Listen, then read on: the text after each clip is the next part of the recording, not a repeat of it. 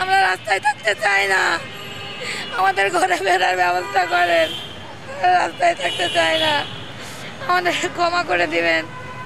আমাদের যে ন্যায্য অধিকার আমরা রিটেনে পাস করেছি, আমাদের সনদ দিয়ে আমাদের ঘরে ফেরার ব্যবস্থা করে দিন। আসসালামু আলাইকুম প্রিয় দেশবাসী, আমরা 22 দিন ধরে আমরা এখানে অবস্থান ও অনশন কর্মসূচিতে আছি। 16 তারিখ থেকে আমাদের আমরণ অনশন চলছে। আমাদের 10 জন ভাই বোন ঢাকা মেডিকেলে ভর্তি আছে এবং 7 জন ভাই বোন এখানে অসুস্থ, স্যালাইন অবস্থায় শুয়ে আছে। আমি নিজেও অসুস্থ, আমার sugar 1.1, pressure high, doctor 3 star দিয়ে দিয়েছেন, স্ট্রোকের সম্ভাবনা। এখন আমরা অনেক ভাই বোন এখানে অসুস্থ, আমরা ট্রিটমেন্ট নিতে চাই না। আমাদের একটাই ন্যায্য দাবি, আমরা সনদ চাই। আমরা সনদ চাই, যেহেতু আমরা রিটেনে পাস করে এসেছি। 18 লক্ষ থেকে মাত্র 83,000 ভাইবা দিয়েছি। এনটিআরসি এর নীতিমালায় যারা রিটেনে পাস করে সর্বনিম্ন 40% মার্ক পায়, তারা জাতীয় মেধা তালিকার অন্তর্ভুক্ত হয়, গণবিজ্ঞপ্তিতে অংশগ্রহণ করে।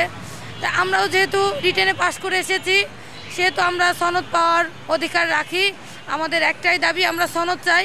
আমরা এখানে অনেক সমস্যার মধ্যে আছি, আমাদের ওয়াশরুমে যাওয়ার ব্যবস্থা নেই, আমরা কোথায় ঘুমাবো? আমাদের তো এই রাস্তায় ঘুমাতে হয়। আমি একটা মেয়ে মানুষ, দিনের পর দিন আমাকে রাস্তায় ঘুমাতে হচ্ছে। আমাকে এই বোরখা পরে আমাকে দিন রাত 24 ঘন্টা থাকতে হচ্ছে, ঘুমাতে হচ্ছে, ওয়াশরুমে যেতে হচ্ছে। আমরা ওয়াশরুম ব্যবহারের বিষয়ে অনেক প্রতিবন্ধকতার শিকার হচ্ছি। আমরা যেখানেই যাচ্ছি সেখানেই বলে আপনারা প্রেস ক্লাবের লোকজন এখানে আসা নিষেধ। আমি এনটিআরসি এর বর্তমান চেয়ারম্যান স্যার আমিনুল স্যারকে আমি রিকোয়েস্ট করতে চাই, স্যার আপনার কাছে আমাদের প্রত্যাশা ছিল অনেক বেশি। যখন আগের চেয়ারম্যান স্যার বদলি হয়েছে, আমরা অনেক খুশি হয়েছিলাম যে আপনি আমাদের জন্য কিছু করবেন। আমিনুল ইসলামের আমানত রক্ষাকারী, আমরা ভেবেছিলাম আপনি আমাদের জন্য কিছু করবেন স্যার। কেউ যোগাযোগ করেনি। আমি স্যারকে বলবো, স্যার আমরা আপনারও সন্তান আছে, আমরা আপনার সন্তান, আপনি আমাদের গার্জিয়ান। আমরা যদি কোনো ভুল স্টেপ নিয়ে থাকি, আমাদের ক্ষমা করে দিবেন। আমাদের যে ন্যায্য অধিকার আমরা রিটেনে পাস করেছি, আমাদের সনদ দিয়ে আমাদের ঘরে ফেরার ব্যবস্থা করে দিন স্যার। আমার একটা দুধের সন্তান আছে,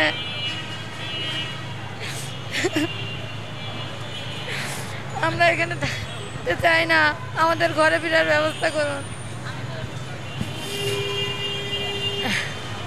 আমাদের একটাই দাবি, আমরা সনদ চাই। যতক্ষণ না আমাদের দাবি মেনে নেওয়া হচ্ছে, আমরা এখানেই জীবন দেওয়ার জন্য প্রস্তুত হয়ে থাকব। আমার আর কিছু বলার নাই। আমরা এক ফোঁটা পানিও পান করি না। আমরা যার কারণে, না খাওয়ার কারণে আমার সুগার লেভেল 1.1, প্রেশার হাই। আমরা ঘুমাতেও পারছি না, আমরা খেতেও পারছি না।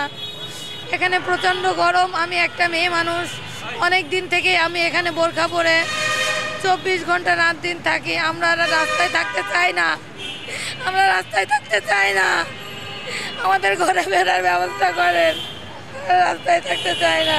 বর্তমান সরকারকে আমরা বলতে চাই, স্যার আপনারা আমাদের গার্জিয়ান, আমাদের বাবার মতো। আমাদের বাবা, আমার নিজের বাবা নেই। আমাদের একটাই দাবি, যেহেতু আমরা রিটেনে পাস করে এসেছি, আমাদের সনদ দিন এবং বিশেষ গণবিজ্ঞপ্তিতে অংশগ্রহণের সুযোগ দিন। আমাদের এই রাস্তা থেকে উঠিয়ে আমাদের ঘরে ফেরার ব্যবস্থা করুন। নেপোলিয়ান বোনাপার্ট বলেছিলেন, আমাকে একটি শিক্ষিত মা দাও, আমি তোমাদেরকে একটা শিক্ষিত জাতি উপহার দেব। আমি একজন শিক্ষিত মা, আমার যদি এই অবস্থা হয়, তাহলে আমি কিভাবে আমার সন্তানকে শিক্ষিত করব? আমি কিভাবে এই জাতিকে শিক্ষিত করব? সেটাই আমার জাতির কাছে প্রশ্ন থেকে গেল। ময়মনসিংহ বিভাগ থেকে এসেছি। আমি 18তম বৈষম্য শিকার একজন প্রার্থী।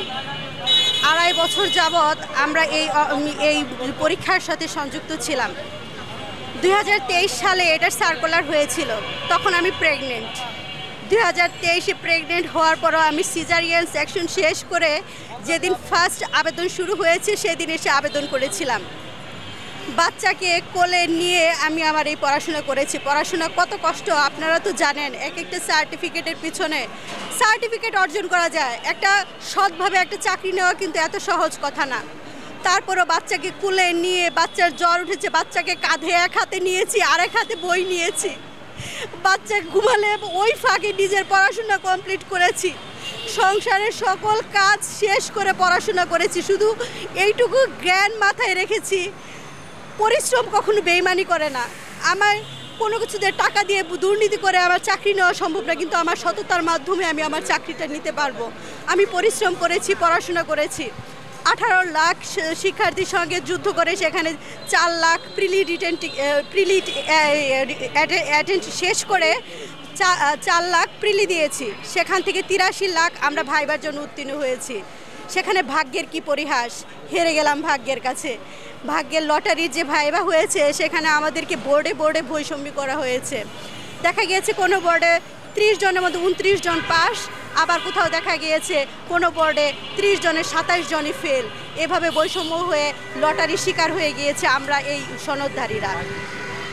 এখন আমি বলতে চাচ্ছি লটারির শিকার আমি মেনে নিতে পারবো না, কারণ আমি সারা বাংলাদেশকে চ্যালেঞ্জ করে বলতে চাচ্ছি আমার খাতায় 75 আপ নাম্বার থাকবে। আপনারা আমার রোল নাম্বার মিলিয়ে দেখুন যে আমি এটা পাই কিনা। তারা সারা বাংলাদেশের পক্ষ থেকে বলছি, আল্লাহর দোহাই লাগে আমাদেরকে আর রাস্তায় বসিয়ে রাখবেন না। আমরা মেধাবী বিধায়ী আমি চ্যালেঞ্জ করে সারা বাংলাদেশকে বলছি আমার খাতার মধ্যে 75 আপ নাম্বার আছে, না থাকলে আমরা এখান থেকে চুপ করে চলে যাব। কারণ যারা চাকরিতে এখন অ্যাটেন্ড করেছে, সুপারিশপ্রাপ্ত হয়েছে, তাদের সকলের বেশিরভাগই নাম্বার হচ্ছে 40 আপ প্লাস। এখন পর্যন্ত আমাদের সাথে ঊর্ধ্বতন কর্মকর্তারা কেউ যোগাযোগ করেননি, কিন্তু সচিবালয়ে গেলে সচিব স্যার আমাদেরকে বলেছেন যে আমাদের ব্যাপারটা দেখা হবে। কিন্তু এখন ওনাদের দেখা হতে হতে আমরা অনেকে অসুস্থ হয়ে গিয়েছি। আমরা আমরণ অনশনে আছি 28 দিন যাবৎ, চূড়ান্তভাবে আছি 4 দিন যাবৎ। এখন আমাদের 10 জন ঢাকা মেডিকেল কলেজে অ্যাডমিট আছে। তারপর হচ্ছে আমার এখানে ভাই বোনেরা কয়দিন না খেয়ে থাকা যায়, 1 বেলা 2 বেলা 3 বেলা। আপনারা নিজেরাও তো বুঝেন, দেখেন না একটু 2 ঘন্টা যখন পানি পিপাসা লাগবে, 2 ঘন্টা পানি না খেয়ে দেখুন কতটা কষ্ট হয়। আর এখানে আমাদের 24 ঘন্টা আমাদের এই অবস্থা। এখান থেকে যদি আমরা ওয়াশরুমে যেতে চাই 10 টাকা রিক্সা ভাড়া খরচ করে যেতে হয়। আমার পকেটে টাকা নেই, তাহলে না হলে তো আর আমি এখানে আসতাম না।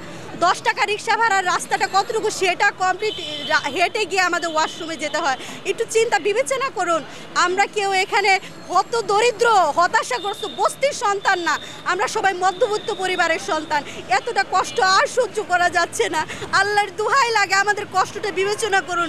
রাস্তার কুকুর বিড়ালও আমাদের দিকে দৃষ্টিতে তাকিয়ে থাকে যে কি আমাদের পাশে এরা কারা। আমরা তো মানুষ, আমরা তো স্বজাতীয় না, কুকুর বিড়ালের স্বজাতীয় আমরা হতে চাই না। প্লিজ আমাদেরকে ঘরে ফেরার ব্যবস্থা করুন, আমাদেরকে সনদ দিন। আমরা মেয়েরা যারা পড়াশোনা করছি সবাই, যারা এখানে চাকরিজীবী বেশিরভাগই আমরা মা, কারণ বাংলাদেশের বিবাহের বয়স হচ্ছে 18 বছর। আমরা বেশিরভাগ মায়ের এই পড়াশোনা করি বিয়ের পরে। সে জীবনটা অনেক কঠিন, অনেক কঠিন, এটা বোঝানো সম্ভব না। একটা সন্তানকে যখন আমার বাচ্চা এমনও হয়েছে অসুস্থ ছিল, বাচ্চাকে হসপিটালে রেখে বাচ্চা ঘুমিয়ে গেলে ওখানেও পড়াশোনা করেছি। মানুষ তাকিয়ে তাকিয়ে দেখেছে, তখন ভেবেছি মানুষ দেখলে কিচ্ছু হবে না, আমার চাকরি চাই, আমার জীবিকার জন্য অন্য চাই। সারা বাংলাদেশের কাছে বলছি প্লিজ আমাদের জিনিসটা আপনারা নিজেদের সেন্সে যান। পড়াশোনা অনেক কঠিন, আপনারা সকলেই স্টুডেন্ট ছিলেন। প্রত্যেকটা পরীক্ষার আগে আপনারা কেমন কষ্ট করেছেন আপনারা তো জানেন। যারা পরিশ্রম করে শেষ পর্যন্ত যুদ্ধে লড়তে পেরেছেন তারাই জয়ী হয়েছেন।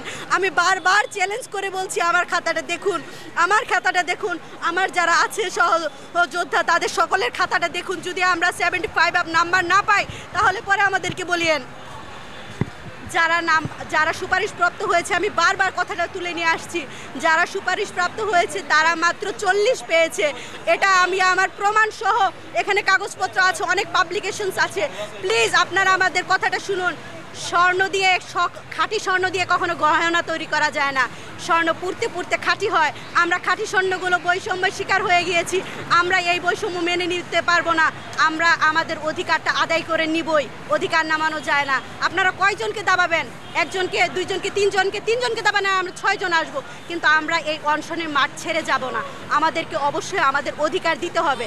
আমরা আমাদের অধিকার চাচ্ছি, ন্যায্য অধিকার। আমি পড়াশোনা করেছি, আপনি আমাকে মার্ক দিবেন, আমাকে সনদ দিবেন, সেটাই আমার আবেদন।